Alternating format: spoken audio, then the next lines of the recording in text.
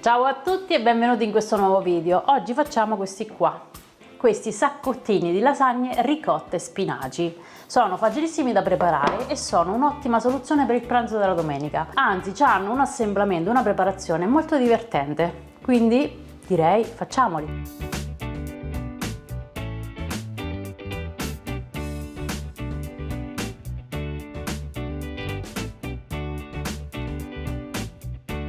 Partiamo con il ripieno. Questi sono 250 g di spinaci cotti. Io utilizzo quelli surgelati, ma vanno benissimo anche quelli freschi. Li ho cotti in padella con un pochettino d'olio.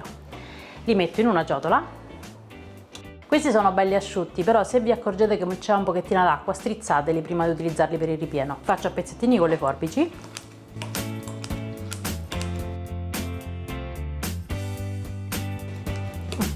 Poi aggiungiamo 250 g di ricotta. Io utilizzo quella vaccina, però se la volete un pochettino più saporita va bene anche quella di pecora oppure mista. Un bel cucchiaio di formaggio grattugiato, un po' di sale e un po' di noce moscata, che a me con gli spinaci mi piace un sacco, però se non la gradite, insomma se non vi piace non mettetela.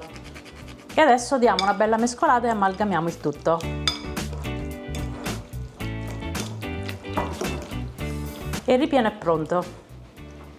Adesso mi preparo tutti gli altri ingredienti ed iniziamo ad assemblare i nostri saccottini. Mi sono preparata gli altri ingredienti. Qui ci sono 250 g di sfoglia sottile per lasagne, la sfoglia che non deve essere sbollentata prima di andare in cottura in forno. Poi servono 500 ml di besciamella, io l'ho ammorbidita con un pochettino di latte per renderla un pochettino più liquida, 100 g di scamorza che ho tagliato a cubetti, e un po' di grana. E ora assembliamo, è tutto molto semplice. La prima cosa che dobbiamo fare è tagliare la sfoglia a metà, nel senso della lunghezza. Quindi con un bel coltello taglio tutta la sfoglia.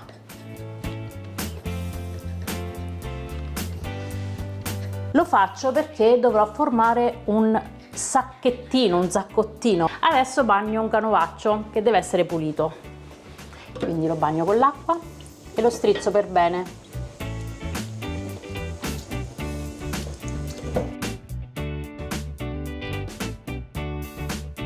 Adesso vi spiego perché. Allora, questa è una sfoglia sottile per lasagne, è talmente sottile che si asciuga molto velocemente. Siccome vogliamo che resti bella elastica, perché la dobbiamo un po' piegare e manipolare, mettendola all'interno di un panno umido e bagnato rimane morbida e quindi è più facile lavorare. Quindi non faccio altro che mettere il panno sul piano, la metto all'interno e copro. In questo modo rimane morbida e non si rompe. E poi mentre faccio il procedimento ne prenderò uno alla volta. Adesso prendiamo una bella pirofila da forno, spalmiamo il fondo con la besciamella.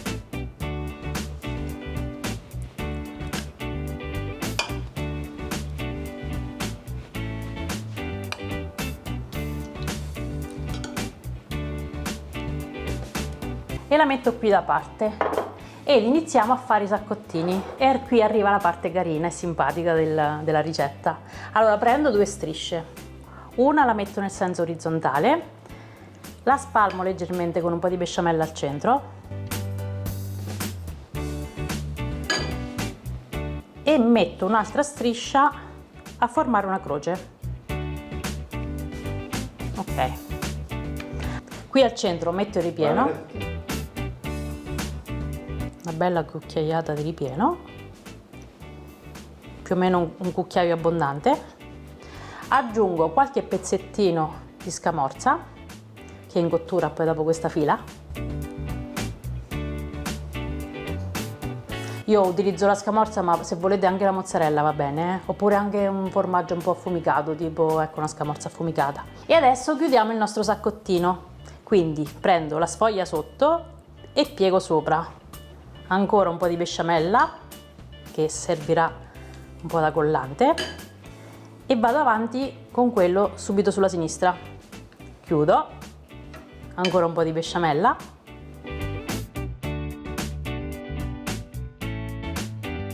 e a seguire chiudiamo tutti i lembi e viene così praticamente un saccottino quadrato. Lo mettiamo nella pirofila e andiamo avanti così con tutti i saccottini.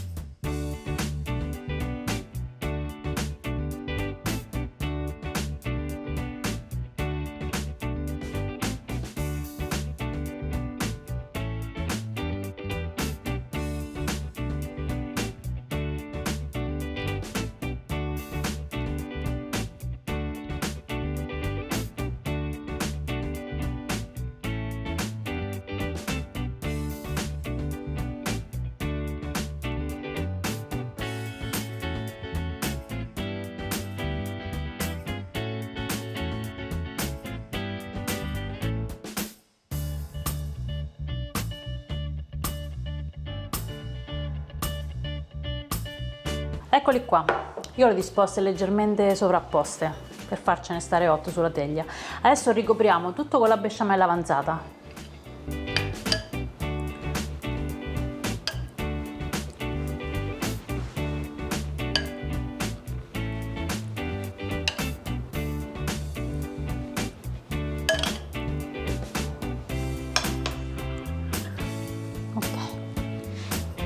E adesso, prima di infornare, una bella spolverata di formaggio grattugiato, così in cottura si creerà una bella crosticina. E ora in forno a 180 gradi per 25-30 minuti, devono essere belli dorati sopra.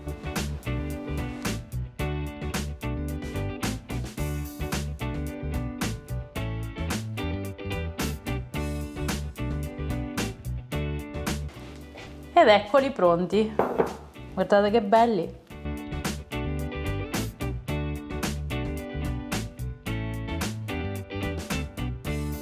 Aspetto un attimo che si intiepidiscono prima di fare l'assaggio, però nel frattempo vi do qualche suggerimento su delle varianti.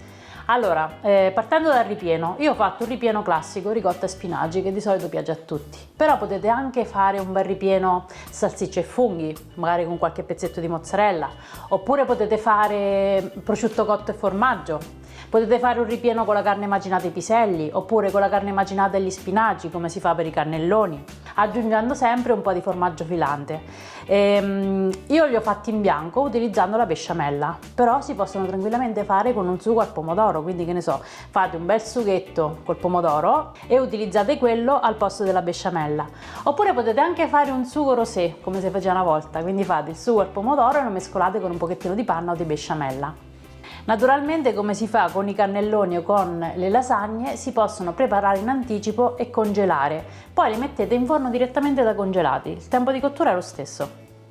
Io li ho cotti in forno, però si possono anche fare in friggitrice ad aria, quindi considerate le dimensioni del vostro cestello, li mettete in una teglia magari un pochettino più sovrapposti e li fate cuocere a 170-175 gradi per 20-25 minuti, vengono benissimo.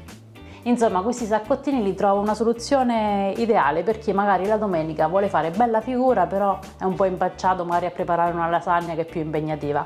Avete visto, questi si preparano in un attimo e col ripieno che più vi piace.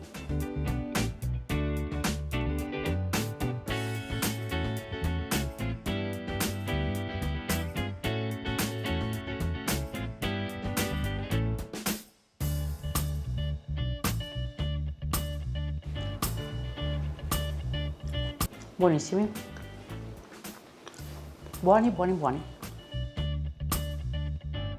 La sfoglia fuori ha fatto la crosticina croccante, internamente sono morbidi ma saporiti perché si sente bene il formaggio, insomma gli spinaci, quindi vi direi fateli, provateli, fatemi sapere se vi sono piaciuti, provateli in tutte le versioni che vi ho suggerito, scrivete sotto nei commenti se avete domande o suggerimenti e noi ci vediamo al prossimo video. Ciao!